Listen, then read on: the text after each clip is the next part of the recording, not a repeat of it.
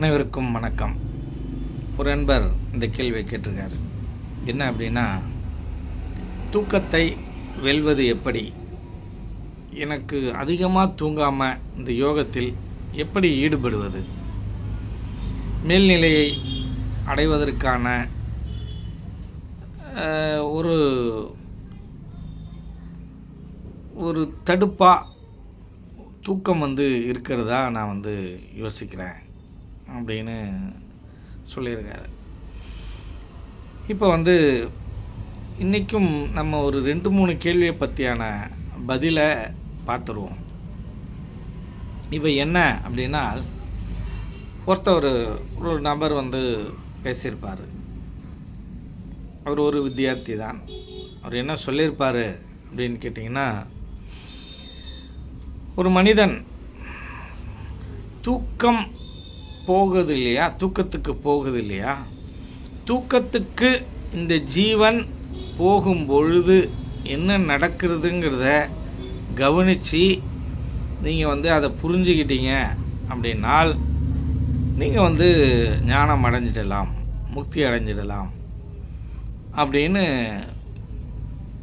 சித்தர்கள் மகான் சொல்லியிருக்கிறதா அவர் அதில் பேசியிருப்பார். அப்படி அவர் பேசும்பொழுது அதில் நமக்கு ஒரு சரியான உடன்பாடு இல்லை.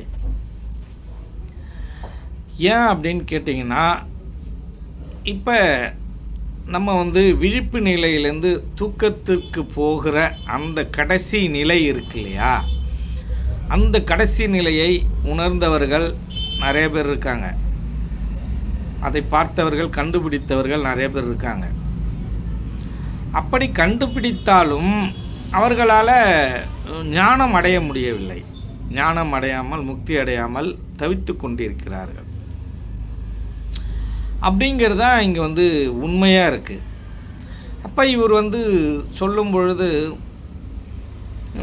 அந்த தூக்கத்துக்கு, விழிப்பிலிருந்து அந்த தூக்கத்துக்கு போகிற அந்த கடைசி நிலையை நீங்கள் தெரிந்து கொண்டீர்களேயானால் நம்ம ஞானம் அடைஞ்சிடலாம் அப்படின்னு அவர் சொல்லிட்டார்.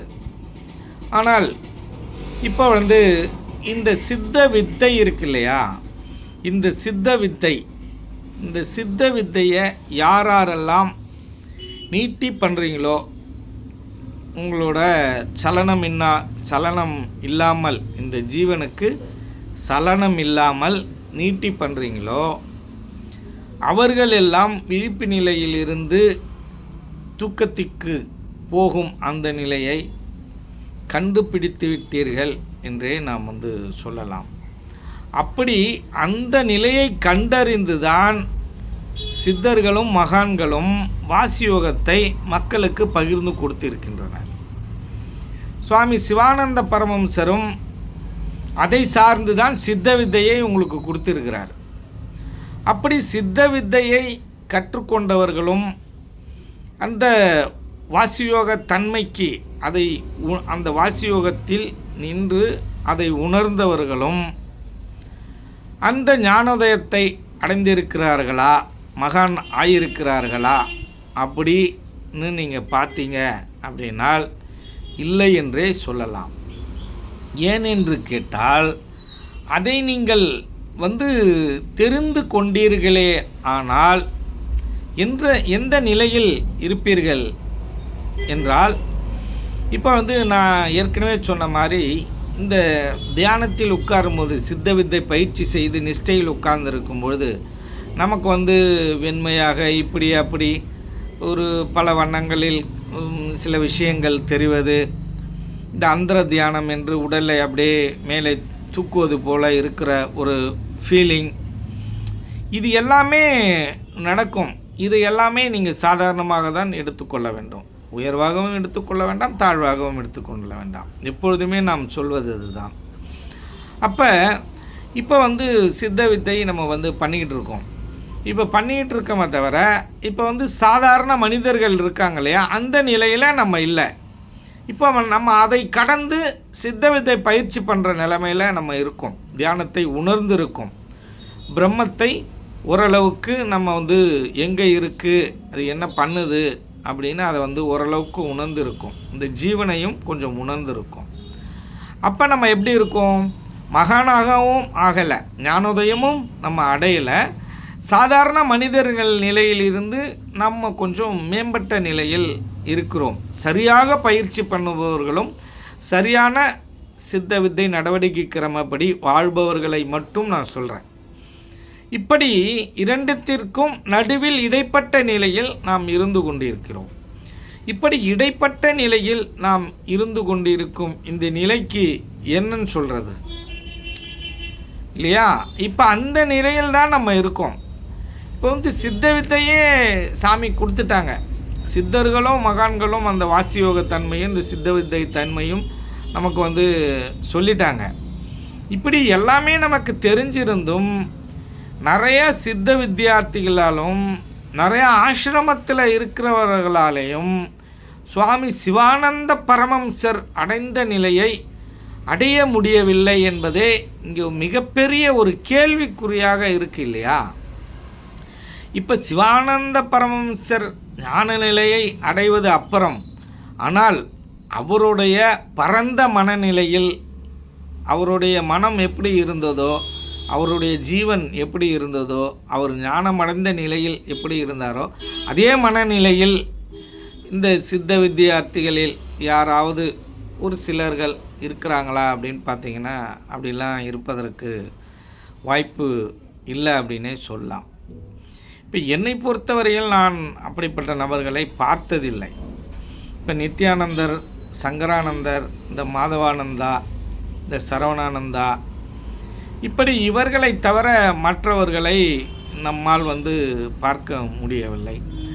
அதற்கப்புறம் இந்த ஆந்திராவில் இருந்து ஒரு அம்மா ஒருத்தவங்க வந்து அவங்க வந்து சமாதி ஆயிட்டதை நம்ம வந்து கேள்விப்பட்டோம். அவர்கள் இருந்த நிலை ஓரளவுக்கு நல்ல நிலை என்று நான் வந்து உணர்கிறேன். அவர்கள் அடைந்த நிலை போல அப்படி சரியான நிலைகளில் யாராவது இருந்திருக்கிறார்களா என்றால் அதை நம்ம வந்து 1-2 விரலை விட்டு தான் நம்ம வந்து சொல்லணும். என்னோட அனுபவத்தில் அதை மாதிரி இல்லை. அந்த அம்மா பேர் கிருஷ்ணானந்த பாரதி அப்படின்னு சொல்லுவாங்க. ஆனால் அவங்களை நான் நேரில் பார்த்ததில்லை. ஆனால் அவர்களுக்குரிய அந்த தன்மைகளை அவர்கள் என்னிடத்தில் பகிரும் பொழுது அதை நான் உணர்கிறேன். அது சரியாக இருந்திருந்தால் அவர்களும் ஒரு சிவானந்த பரமஹம்சர் அந்த ஞானோதய நிலைக்கு போகாமல் ஒரு நல்ல நிலையை அவர்கள் அடைந்தார்கள் என்றே நாம் வந்து உணர முடிகிறது. இப்போ வந்து இப்போ இந்த தூக்கத்துக்கு போகிற அந்த தன்மையை கண்டுபிடிச்சிட்டாலும், சித்த வித்தையை நம்ம வாங்கிட்டாலும், அதை அந்த சதாசிவ நிலையையும் அந்த ஞானோதயம் அடையக்கூடிய அந்த முக்தி நிலையையும் நாம் வந்து பெறவில்லை என்பது தான் இங்கே வந்து நமக்கெல்லாம் நிறைய பேருக்கு அது கிடைக்கலன்னு ஆதங்கத்தில் தான் நம்ம வந்து பயிற்சிகள் எல்லாம் அதை நோக்கி தான் பயணங்கள் எல்லாம் நடந்து கொண்டு இருக்கிறது. ஏன் அது கிடைக்கல அப்படின்னா அதற்கு பல காரணங்கள் இருக்குது. அது 1-2 காரணங்கள் இல்லை, பல காரணங்கள் இருக்குது. அதில் கர்மாவும் ஒரு காரணம். உங்களுடைய வெளிப்புற சூழ்நிலைகளும் ஒரு காரணம். நீங்கள் சிக்கி கொண்டிருக்கின்ற சிக்கல்கள் இருக்கு இல்லையா, இந்த உலக பந்தத்தில் சிக்கி கொண்டு தவித்து கொண்டிருக்கிறீர்கள் இல்லையா, அந்த சிக்கல்களும் அதற்கு ஒரு மிகப்பெரிய காரணம். இந்த ஒன்றுமே இல்லை, இந்த உலக சமுத்திரத்தில் நீங்கள் மூழ்கியிருக்கீங்க, மாயையில் அகப்பட்டு இருக்கிறோம். இந்த மண்ணாசை, பொன்னாசை, பெண்ணாசை, இந்த 3லேருந்தும் நம்மளால் விடுபட முடியல.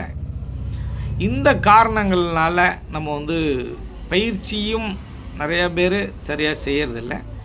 இப்போ இந்த நிலையிலையும் சரியாக இருக்கிறதில்ல. இது இருக்கிறவங்கள்ட்ட அது இருக்கிறதில்ல, அது இருக்கிறவங்கள்ட்ட இது இருக்கிறதில்ல. இப்படி இடைப்பட்ட நிலையில்தான் வந்து கிட்டத்தட்ட ஒரு 99% வாழ்ந்துக்கிட்டு இருக்காங்க அப்படின்னே நம்மளால் சொல்ல முடியும். இப்போ இதில் என்ன அப்படின்னால், நம்மளுடைய கருத்து என்ன அப்படின்னால், அந்த தூக்கத்திலிருந்து இந்த சித்த வித்தையை நம்ம வந்து பயிற்சியை கற்றுக் கொடுத்துட்டாலும், அதை தாண்டி நம்ம வந்து இன்னும் நிறைய கஷ்டப்பட வேண்டிய நிர்பந்தத்தில் தான்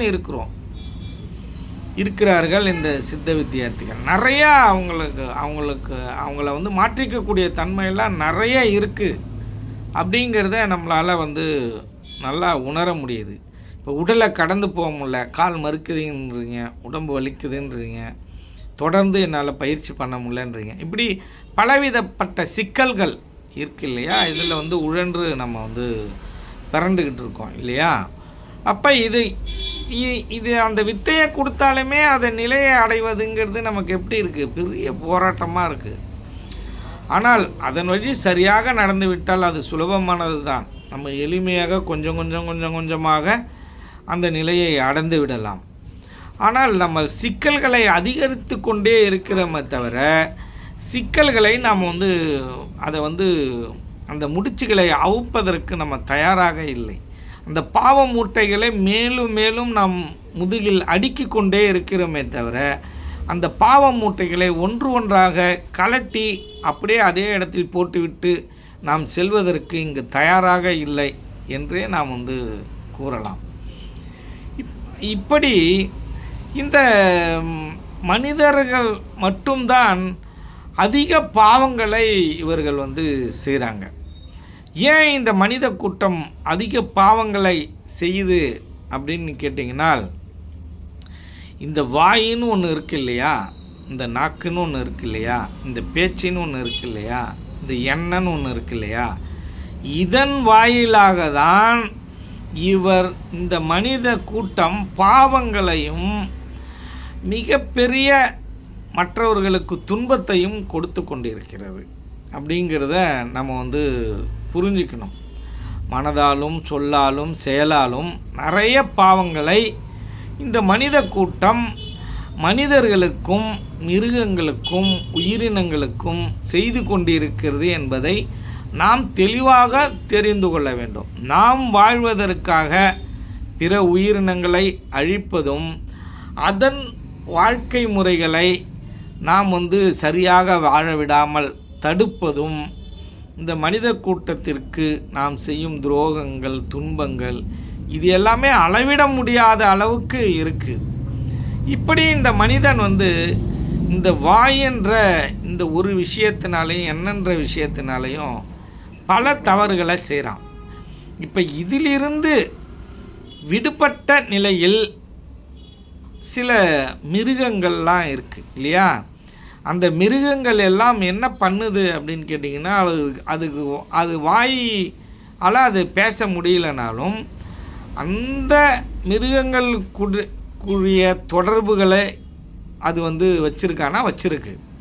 அதுங்களுக்குள்ளே ஒரு தொடர்பில் இருக்குது, அதுங்க ஏதோ பேசிக்குது, அதை நம்மளால் உணர முடிகிறது. ஆனால் அவர்களுடைய பாஷை நமக்கு புரியவில்லை, நம்மளுடைய பாஷை மிருகங்களுக்கு புரியவில்லை. ஆனால் சில விஷயங்கள் மட்டுமே நம்மளுடைய பாஷைகள் மிருகங்களுக்கு புரிகிறது. முழுமையாக மிருகங்கள் புரிந்து கொள்கிறதா அப்படின்னு பார்த்தீங்கன்னா புரிந்து கொள்கிறதில்ல. அது எந்த அளவுக்கு எடுத்து, ஒரு நாய் இருக்குது, ஒரு பூனை இருக்குது, இப்போ ஒரு மாடு இருக்குது, ஒரு ஆடு இருக்குது, நம்ம அதுகிட்ட பேசுகிறோம். சில விஷயங்கள் அந்த மாடுகள்கிட்ட உணவு சார்ந்தோ இல்லை அதோட துன்பங்கள் சார்ந்தோ ஏதோ ஒரு விஷயங்கள் பேசும்போது செயலில் நம்ம செய்யும்பொழுது அதுங்க வந்து புரிஞ்சிக்குது. அப்போ அந்த புரிஞ்சிக்கிற தன்மை மிருகங்கள்கிட்ட இருக்குது. இதுதான் சாமி என்ன சொல்கிறாங்க அப்படின்னா விசேஷ புத்தி அப்படின்னு சொல்கிறாங்க. ஒரு இடத்துல ஒரு ஊருக்கு ஒரு வாட்டி நம்ம போகிறோம், திரும்பி கொஞ்ச நாள் கழித்து அந்த இடத்துக்கு போகணும் அப்படின்னா நமக்கு வழி தெரியறதில்ல. ஆனால் மிருகங்கள் அப்படி இல்லை. முகரும் சக்தி அதிகமாக இருப்பதனால் அந்த மிருகங்கள் என்ன பண்ணிடுது, ஒரு இடத்துல ஒரு வாட்டி போய் பார்த்து முகர்ந்துடுச்சு அப்படின்னா அந்த இடத்துக்கு திரும்பவும் அது வந்து அந்த இடத்தை கண்டு கொண்டு போய்விடுகிறது. ஆனால் இந்த மனிதர்களுக்கு இந்த மோப்ப சக்தி இல்லாதனால் அவர்களால் அதை வந்து அந்த இடத்திற்கு அதை மாதிரி போக முடியல. நம்ம தடுமாறுறோம், ஒரு விலாசத்தை விசாரிக்கிறோம், ஆனால் மிருகங்கள் அதை செய்வதில்லை. இப்படி ஒவ்வொரு மிருகங்களுக்கும் ஒரு தனித்துவம் இருக்கிறது. எறும்புகிட்ட சேமிக்கிறது எப்படி அப்படிங்கிறத, சுறுசுறுப்பாக இருக்கிறது எப்படி அப்படிங்கிறது எறும்புக்கு ஒரு சிறப்பு குணம். இப்படி ஒவ்வொரு மிருகங்களுக்கும் ஒரு வீடை எப்படி கட்டுறது அப்படிங்கிறது அதுக்கு ஒரு சிறப்பு தூக்கணாங்குருவியை நம்ம சொல்லிட முடியும். இப்படி ஒரு ஒரு மிருகங்களுக்கும் ஒவ்வொரு பறவைகளுக்கும் ஒரு சிறப்பு அம்சங்கள், ஒரு விசேஷ புத்திகள் இருக்குது. அப்படி இருந்தாலும் அது மனிதர்களுக்கு ஈக்குவலாக இருக்கானா? அப்படி இல்லை. அதை நீங்கள் தெளிவாக புரிஞ்சுக்கணும். இப்போ விசேஷ புத்திகள் இருக்குன்னு சொன்னார்களே தவிர அவர்களுக்கு ஞானோதயம் அடையும் தன்மை, ஒரு பகுத்தறிவு, ஒரு விழிப்புணர்வு இருக்கா அப்படின்னு பார்த்தீங்கன்னா மிருகங்களுக்கு அது இல்லை அப்படின்னு சொல்லணும். இப்போ இந்த எறும்பை பொறுத்த வரைக்கும் நமக்கு உணவுக்கு தேவையான சேமிப்பை அது சேமித்து வைக்கிது அப்படிங்கிறத அதுட்டேருந்து நம்ம தெரிஞ்சுக்கிறோம். இப்போ மற்றதுங்கெல்லாம் சேமிக்கலையா அப்படின்னு பார்த்தா சிலதுங்கெல்லாம் சேமிக்குது, அதை நம்ம மறுக்க முடியாது. ஆனால் இப்போ இந்த மனிதன் இந்த நாக்கு வழியாக, இந்த நினைவு வழியாக, எண்ணங்கள் வழியாக சில தவறுகள்லாம் பண்ணுறான் இல்லையா, அந்த தவறை மிருகங்கள் பண்ணுவது கிடையாது. இப்போ மிருகங்கள் அதை பண்ணுவது கிடையாது. அதை கடுத்தார் போல இந்த தாவரம் இருக்கு இல்லையா, அதுக்கு மிகப்பெரிய ஒரு என்ன சொல்கிறது விமோச்சனம் இருக்குது. அது அடுத்த ஒரு பெரிய நிலையை அடைவதற்கான ஒரு நிலையில்தான் இந்த தாவரங்கள் இருக்கிறது. இந்த தாவரங்கள் அதிக தவறுகள்லாம் பண்ணுறதே கிடையாது. இந்த மிருகங்கள்லாம் என்ன பண்ணும், தனக்கு உணவு தேவை அப்படின்னக்குள்ள இன்னொரு மிருகத்தை அடித்து சாப்பிட்ற வழக்கம் அதுங்களுக்கு இருக்குது. சில மிருகங்களுக்கு சில இந்த பெரிய பெரிய மீன் எல்லாம் பார்த்திங்கன்னா இந்த சின்ன மீனை கடித்து சாப்பிட்றது, முழுங்குற வழக்கம்லாம் இந்த மீன்கள்கிட்ட இருக்குது. அதை நம்ம கண்கூடாக நம்ம பார்க்குறோம். அப்போ ஒரு உயிரினங்களை இன்னொரு உயிரினங்கள் கொன்று சாப்பிடுவது வழக்கமாக இருக்குது. ஆனால் இந்த தாவரங்களிடம் அது கிடையாது. அது அந்த இந்த தாவரங்கள் இருக்கு இல்லையா, இது பெரிய தவறுகள்லாம் அதிகம் பண்ணுறதில்ல. அது இன்னொரு உயிரை கொன்று சாப்பிட போகிறதில்ல. அந்த தழைகள்லையும் அது அந்த மரத்தில் போடப்படும் தழைகளை அது உரமாக எடுத்துக்கொண்டு அந்த மரங்கள் வளர்கின்றன. மண்ணில் இருக்கும் நீர்களை எடுத்துக்கொண்டும் அது வளர்கின்றன. அது அதிக துன்பத்தை மற்ற உயிரினங்களுக்கு இந்த தாவர வகைகள் அதிகமாக கொடுப்பதில்லை. ஆனால் அந்த தாவர வகைகள் அதிக நன்மையை செய்கிறது. அது வேரிலிருந்து, அது பட்டையிலிருந்து, மரத்திலிருந்து, அது கீரையாக இருந்தாலும் சரி, கனியாக இருந்தாலும் சரி, காயாக இருந்தாலும் சரி, எல்லாமே மனிதனுக்கு மிகப்பெரிய உதவியாக இருக்கிறது. இந்த இயற்கைக்கு மிகப்பெரிய உதவியாக இருக்கிறது. அதனாலேயே அந்த தாவரங்களை பொறுத்தவரையில் அதற்கு சீக்கிரம் விமோச்சனம் கிடைத்து விடுகிறது, அடுத்த நிலைக்கு அது போயிடுது. ஆனால் இந்த மனித கூட்டம் மட்டும்தான் தவறுகளை மடக்கி மடக்கி மீண்டும் மீண்டும் மீண்டும் மீண்டும் இந்த பாவ மூட்டைகளை அதிகமாக்கி கொண்டே இருக்கிறானே தவிர இந்த பாவ மூட்டைகளை குறைப்பதற்கான எந்த செயலையும் அவன் செய்வதில்லை. அதனால தான் மகான்கள் எல்லாம் இந்த அதிகமாக பேசுகிறதில்ல, ஊரை விட்டு ஒதுங்கி தனிமையில் இருக்கிறது, அனாவசியமாக யாருக்கும் எந்த தொந்தரவும் கொடுக்காமல் அவர்கள் தனிமையில் வாழும் வழக்கம் அவர்களிடம் இருந்ததற்கு காரணம் இதுதான். அதை நாம் தெளிவாக தெரிந்து கொள்ளணும். இப்போ நம்ம அடுத்த கேள்விக்கு போயிடுவோம். என்ன அப்படின்னா, இப்போ தூக்கம், இந்த தூக்கங்கிறது நமக்கு இங்கே பெரிய சவாலாக இருக்குது. நிறைய பேருக்கு தூக்கம் வந்துக்கிட்டே இருக்குது. அதற்கு என்ன காரணம், தூக்கத்திலிருந்து விடுபடுவதற்கு என்னென்னலாம் செய்யலாம் அப்படின்னு சொல்லிட்டு ஏற்கனவே நான் ஒரு நபர் கேட்டிருக்காரு அப்படின்னு சொல்லியிருந்தேன். இப்போ தூக்கம் வருவதற்கு காரணம் பல காரணங்கள் இருக்குது. இப்போ வந்து அதிக உஷ்ணம், பித்தம் அதிகமானாலே உடல் சோர்வு, உடம்பை முறித்து தூக்கம் வருவது ஒரு வழக்கமாக இருக்கிறது. அது மட்டும் உடலை சார்ந்த விஷயம். அடுத்தது என்ன அப்படின்னு கேட்டிங்கன்னா, நீங்கள் சரியான தூக்கத்தை தூங்கிடணும். உங்களுக்கு ஆசிரமத்தில் பார்த்தீங்கன்னா 8 மணி நேரம் உறக்கம், 8 மணி நேரம் ஜெபம், 8 மணி நேரம் மற்ற வேலைகள். இது வந்து அவங்க ஃபாலோ பண்ணுவாங்க. இப்போ வயதாக தூக்கம் குறையும். இப்போ அப்போ என்ன பண்ணணும் அப்படின்னு கேட்டிங்கன்னா, நீங்கள் வந்து ஒரு 7 மணி நேரமாவது தூங்கணும், இல்லைன்னா 6 மணி நேரமாவது நீங்கள் சரியான தூக்கத்தை தூங்கணும். இப்போ தூக்கத்தை பொறுத்த வரைக்கும் ஒரு தூக்கத்திலிருந்து திடீர்னு எந்திரிச்சிருவாங்க. அதுக்கப்புறம் அவங்க திரும்பவும் தூங்கிறதுக்கு லேட்டாகும். அந்த இடைப்பட்ட நிலை தூங்கி இமை மூடி இருக்கும், ஆனால் கண் விழித்திருக்கும், மனம் விழிப்படைந்து விடும். மனம் விழிப்படைந்து ஏதாவது ஆலோசனை செய்து கொண்டிருக்கும், திரும்பவும் அப்புறம் தூக்கத்துக்கு போகும். இந்த இடைப்பட்ட நிலையில் இருக்கும் அந்த தூக்கத்தை தவிர்க்கிறோம் இல்லையா, அதிலெல்லாம் நிறைய சிக்கல் இருக்குது. என்ன அப்படின்னா, அது தூங்காத நிலை தான். அப்போ சோர்வு ஏற்படும். ஒரு மனிதன் தூங்கிட்டா அப்படின்னா ரொம்ப நேரம் தூங்கிடணும், அப்படியே அசந்து தூங்கிட்டா பிரச்சனை இல்லை. அந்த தூக்கம் சரியாக வராமல் இருப்பதற்கு காரணம் உடலை சோர்வடைய செய்வதில்லை, வேறு ஒன்றுமே இல்லை. மனசையும் உடம்பையும் சோர்வடைய செய்கிறதில்லை. நீங்கள் சோர்வடையும்படி உடல் செயல்கள் கொஞ்சம் செய்யணும். அப்படி செய்யக்குள்ள சரியான தூக்கம் வந்துடும். தூங்கிட்டு அப்புறம் எந்திரிச்சிங்கன்னா அதுக்கப்புறம் சரியாக நீங்கள் திரும்பவும் தூக்கத்துக்கு போக மாட்டீங்க. அதுக்கப்புறம் உங்களுக்கு விழிப்பு நிலையில் சரியாக நீங்கள் வந்து பயிற்சிகள் பண்ணிட முடியும். அப்போ நான் சரியான தூக்கம் தூங்கணும். அதுக்கப்புறம் என்ன பண்ணணும், நான் விழிப்பு நிலையில் நல்லா தெளிவாக திரும்பவும் தூங்காமல் நான் வந்து பயிற்சிகள் நல்லா பண்ணணும். அது வந்து உணவை சார்ந்தும் இருக்குது அப்படிங்கிறத நீங்கள் வந்து புரிஞ்சிங்க.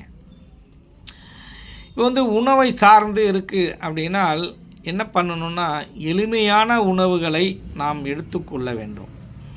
அதிகமாக உணவு சாப்பிட்டால் உறக்கம்தான் வரும். உங்களுடைய உயிரை வளர்ப்பதற்கான உணவை மட்டும் நீங்கள் எடுத்துக்கொள்ள வேண்டும். இந்த உடலை வளர்ப்பதற்கான உணவை நீங்கள் எடுத்துக்கக்கூடாது.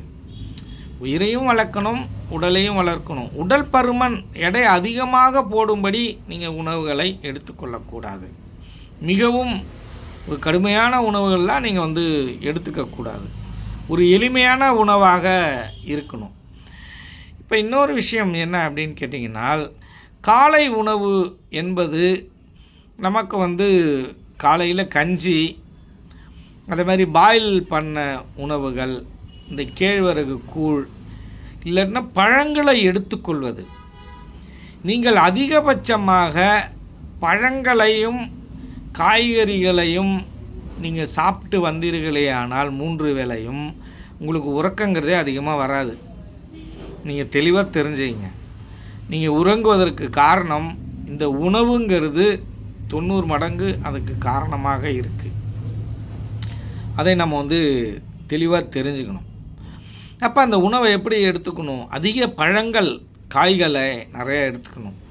கொய்யாப்பழம், வாழைப்பழம், தேங்காயை உடைத்து அதை மென்று நல்லா அரைத்து கூழாக்கி சாப்பிடுவது, இந்த பேரிச்சம்பழம், வாழைப்பழத்தில் இந்த செவ்வாழை வாழைப்பழம், அதை மாதிரி எடுத்துக்கணும்.